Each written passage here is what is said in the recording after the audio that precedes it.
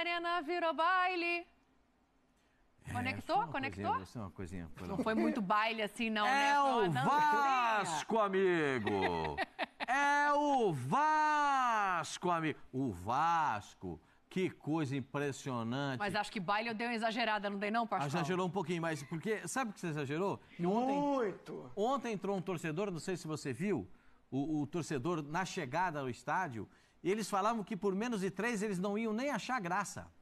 O Atlético estava falando em ganhar de mais de 3. Os torcedores do Atlético falavam em ganhar por mais de 3. Mas nada dizia que isso ia acontecer, né? Não. Mas aí você vai ver o jogo, você vai ver que o Atlético... Podia ter sido 3. O Atlético, e o segundo tempo especialmente, o Atlético Ou foi... mais. O time do Atlético jogou praticamente da linha do meio campo para frente.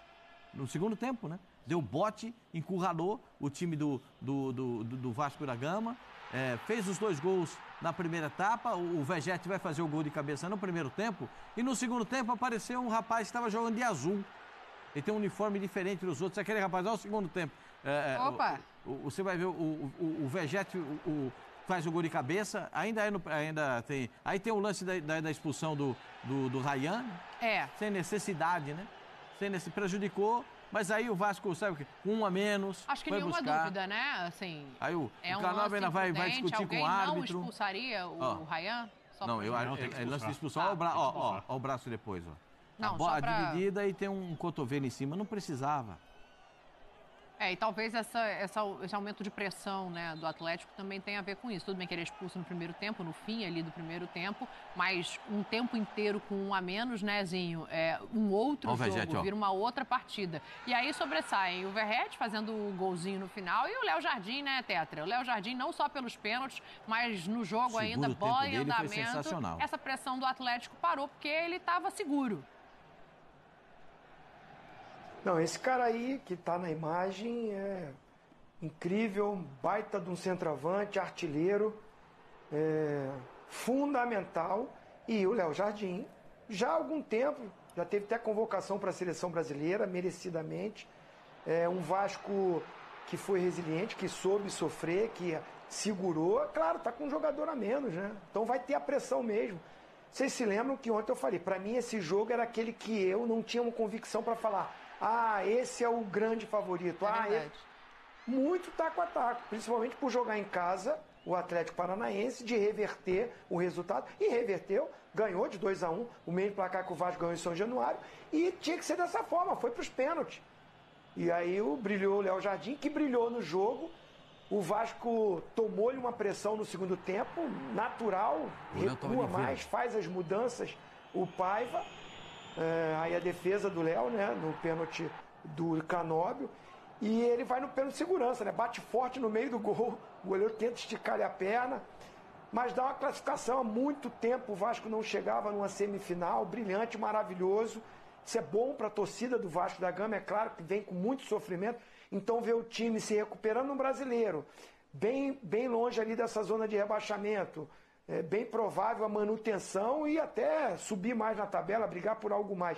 Mas numa semifinal de Copa do Brasil, espetacular para um time que tem problemas, que tem dificuldades. A grande estrela que foi contratada não jogou, que é o Coutinho, né? Então Alex Teixeira ainda no banco, o Souza no banco. Me surpreendeu começar com o Esforza, não era nas prévias, Sim. Não se falava no Esforza entrando, começando o jogo com o Hugo. O Matheus sai do time, entra depois, né, no lugar do Piton. Mas um jogo de muita determinação, aplicação de um Vasco que tinha o resultado, jogou com esse resultado. Agora, o Atlético Paranaense, que foi melhor, que pressionou no segundo tempo, não vive o seu melhor momento e a fase não é boa porque tem as oportunidades e não matou um jogo que teve toda a chance para buscar a classificação.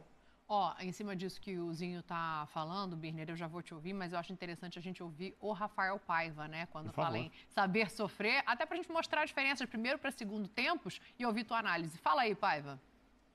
É isso, a gente tem sofrido bastante ultimamente aí, em resultados, em placares, em alguns momentos com jogador a menos, de novo aqui pela segunda vez que a gente vem jogar aqui em seguida.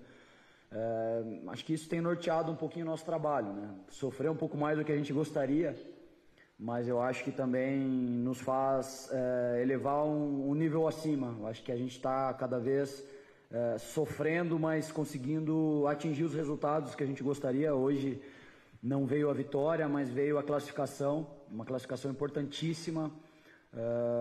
A gente está lutando, batalhando, trabalhando muito para a gente evoluir o nível do Vasco. Acho que a gente tem conseguido sucesso aí no Campeonato Brasileiro, na Copa do Brasil, e a gente está muito feliz. Sofrendo, mas conquistando os objetivos. Eu acho que o caminho é esse, até a gente conseguir um pouquinho mais de tranquilidade. É um processo, mas eu acho que a gente está conseguindo evoluir. Acho que isso é o mais importante. Tá aí, o Paiva falando. Vamos colocar a tela de primeiro e segundo tempo, só para a gente ouvir o Birner em cima desses números, né? Porque acho que retrata muito bem essa declaração e tudo que a gente está comentando aqui sobre como é forte esse Vasco mentalmente depois do Paiva. Parece que recuperou coisas que não estavam mais ali, né? É óbvio que depois da saída do Rael o time perdeu muita capacidade de competição e olha a diferença do primeiro para o segundo tempo. E eu não estou nem falando de posse de bola, mas de finalizações e gol, de chances criadas para conclusão das jogadas. Eu acho que o Vasco, assim, tem uma coisa. Eu vejo o Vasco avançando na Copa do Brasil. Eu lembro que o Osvaldo Pascoal disse agora há pouco sobre o Corinthians. Eu me pergunto que jeito o Vasco é esse. Porque a classificação contra o Água Santa, dramática. A classificação contra o Fortaleza, dramática. A classificação contra o Atlético Goianiense, 1-1, 1-0, dificílimo. E agora, sendo bombardeado e resistindo, muito mais por conta de uma atuação épica do Léo Jardim, do Verratti, eu assino embaixo o que vocês disseram. Eu vejo o Verratti, a gente conversou muito depois do jogo da Seleção Brasileira, Sim. sobre a falta da personalidade do time, Sim. não ter personalidade coletiva, de não ter um líder, de não ter ainda aquela coisa que aparece nos jogos mais difíceis. Isso falando de seleção, né? De seleção brasileira. Não estou falando que o Verratti, obviamente, tem que ir para a seleção brasileira ou Argentina ou qualquer uma, pelo amor de Deus. Não, nada disso. Mas ele tem essa coisa de um momento difícil. Ele está ali. Não quer dizer que ele vai resolver sempre, mas ele está ali. Ele parece que gosta. Parece que nada o intimida. Tá? É um jogador que cresce com a dificuldade do time. Às vezes, se você tem um centroavante mais técnico que o Verratti, bem melhor, mas se você não tem essa personalidade, ele não consegue realizar o que esse cara faz pelo Vasco da Gama. Né? Então, a chegada do Vasco na semifinal, o Zinho chamou a atenção, há muito tempo não chegava, é algo enorme. Você olha o início da temporada, as confusões com uma SAF mal feita, o Pedrinho chegando na diretoria, junto com o Felipe, a troca de técnico, e você chega nesse momento da temporada, vê um time tranquilo no Campeonato Brasileiro e numa semifinal de Copa do Brasil, com o elenco que o Vasco possui, é algo muito grande. Sim, então eu entendo toda a comemoração que o torcedor do Vasco vascaíno faz e é óbvio que o Vasco não é o favorito a conquistar o título da Copa do Brasil.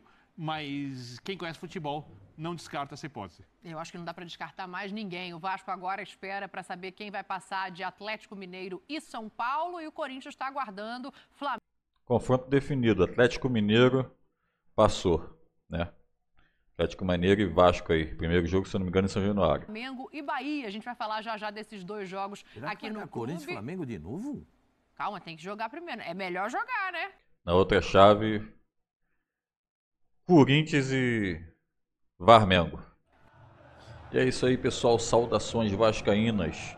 Mídia continua repercutindo aí sobre a nossa classificação na Copa do Brasil. Passando de fase em cima do Atlético Paranaense. Jogo difícil, jogo duro. Verratti e Léo Jardim, os heróis da partida, vamos dizer assim, né? Obviamente existe um conjunto ali. Todos ganham, todos lutaram. Mas destaque para esses dois aí, que se não fosse eles, provavelmente a gente não conseguiria ter passado de fase. Confronto definido na semifinal.